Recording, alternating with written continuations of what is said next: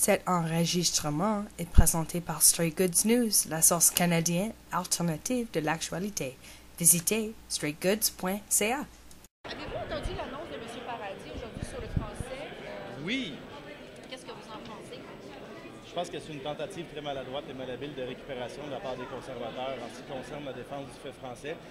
Nous, pour les entreprises de juridiction fédérale, on a un projet de loi d'initiative parlementaire, un projet de loi privé. Je pense que c'est M. Aubin qui l'a déposé, qui veut que les principes de la Charte de la langue française soient appliqués aux entreprises sous juridiction fédérale au Québec. Et on va vraiment de l'avant en ce qui concerne la défense du fait français au Québec. Ça faisait partie de l'offre politique que Jack et son équipe, on avait mis de l'avant aux dernières élections de printemps dernier. Donc, on continue dans ce sens-là. Et c'est un peu étrange d'entendre ça de la part des conservateurs, alors qu'ils ont un directeur des communications du bureau du premier ministre qui est unilingue anglophone, ils ont un vérificateur qu'ils ont nommé qui est unilingue anglophone, alors que sur la description de tâches, c'était nécessaire d'être bilingue. Alors, je pense qu'ils n'ont pas de leçons à donner. Ils doivent se rendre compte que ça les heurte un peu au Québec, puis ils font du rétro-pédalage. Qu'est-ce que le bonbon qu'on leur donne, justement, qu'on donne aux Québécois, justement, après toutes les nominations unilingues? Effectivement, c'est une très bonne interprétation. Un comité qui va étudier la question. Ça ressemble à une tentative de récupération. Ça ressemble à une espèce de nanane, excusez-moi l'expression, qu'on jette comme ça sur la table pour dire « calmez-vous les petits, là, ce sera pas grave ». Qu'est-ce que vous avez pensé du comité? Du fait que M. Paradis, en annonçant ça, dit que lui, son gouvernement défend mieux que quiconque le fait français?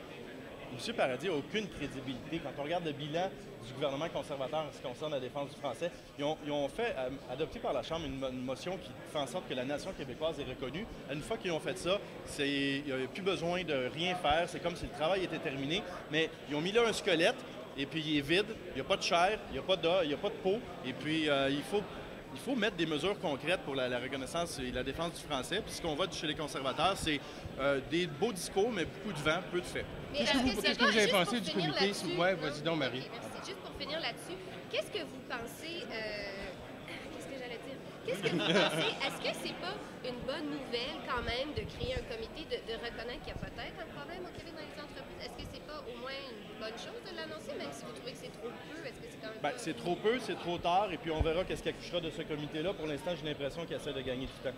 Sur la cérémonie de Avez-vous appris... Est-ce qu'on a assez avancé ce matin au comité avec le témoignage de M. Lacroix? C'était un témoignage intéressant. Moi, ce qu'on a beaucoup apprécié au comité ce matin, c'est que les conservateurs, pour la première fois, ont retraité. Ils ont battu en retraite sur la question de mettre la main sur les documents puis de regarder les documents sous-scellés qui avaient forcé Radio-Canada à leur remettre. Et nous, c'était important au NPD d'avoir une séparation stricte des pouvoirs entre les parlementaires et puis le judiciaire. Et puis on avait beaucoup d'avis juridiques qui nous disaient effectivement il y avait quelque chose d'illégal et d'inconstitutionnel dans ce que les conservateurs tentaient de faire. Bon, suite au jugement de la Cour d'appel fédérale hier, ils ont décidé de ne pas le faire et nous, je pense que c'était une bonne nouvelle. En ce qui concerne l'imputabilité puis la transparence de Radio-Canada, je pense que M. Lacroix a admis qu'il y avait eu des faiblesses à un certain moment. Je pense qu'il a admis qu'il y avait dû avoir une amélioration de la part de Radio-Canada. Et Radio-Canada, comme entreprise de la Couronne, comme société d'État, a des comptes à rendre aux Canadiens. Et puis nous, on travaille pour la plus grande transparence possible. Est-ce que les conservateurs font ce qu'ils font par souci de transparence ou c'est une chasse aux sorcières?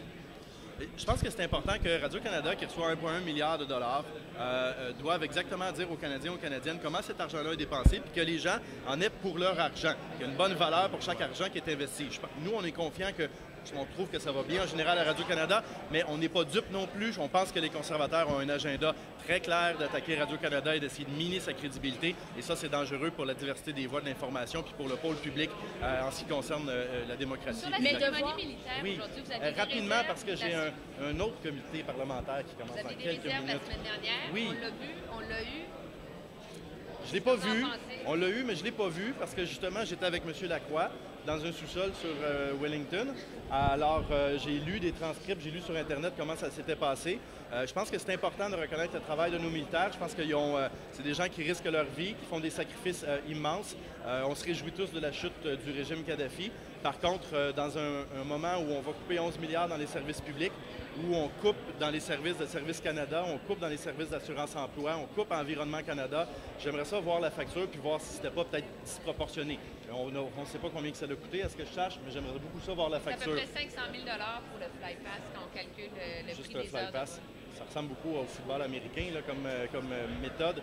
mais je pense que c'est peut-être pas l'argent des contribuables le mieux investi. Je pense qu'on aurait pu faire une cérémonie sans tous ces frais, sans toutes ces extravagances, qui aurait été sobre et respectueuse du travail de nos soldats à l'étranger. Pour revenir sur Radio-Canada, M. Brûlé, c'est moi qui vous ai demandé de sortir. Ah oui, en plus, OK. De voir des députés conservateurs qui disent à Radio-Canada, vous ne devriez pas en appeler du jugement, ça serait une mauvaise décision, ça paraît très mal. C'est pas un peu de l'interférence politique, c'est pas un peu leur tordre le bras pour pas qu'ils en appellent du jugement?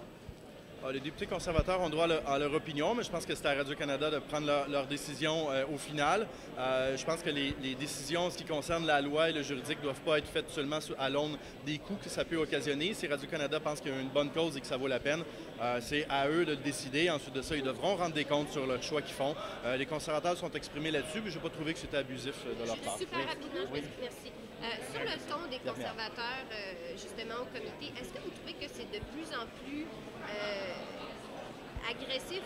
Qu'est-ce que vous pensez de ce ton-là? Parce qu'aujourd'hui, on était rendu à parler d'un gaspillage d'1,1 milliard de dollars, d'un déficit d'1,1 milliard de dollars, que des chimpanzés pourraient faire la job du département de l'information à Radio-Canada, puis je ne sais plus quel autre, mais un peu dans ce ton-là. Est-ce que c'est pas de pire en pire? Est-ce que vous voyez une aggravation de cette espèce de ton envers CBC par certains conservateurs? Vous savez, Radio-Canada, CBC, c'est un joyau pour la culture canadienne, pour la culture québécoise. Vous savez, c'est un des deux seuls endroits où il y a l'histoire de la télévision québécoise à quelque part. L'histoire du Québec se retrouve en bonne partie dans les voûtes de Radio-Canada et dans les voûtes de l'ONF. Alors, c'est quelque chose d'extrêmement précieux qu'il faut chérir. On en a besoin pour la diversité des voix en information. Et le ton des conservateurs est non seulement inquiétant, mais alarmant. Parce qu'on sent qu'il y a un plan de match pour attaquer Radio-Canada, miner sa crédibilité et c'est extrêmement préoccupant pour les mois et les années à venir.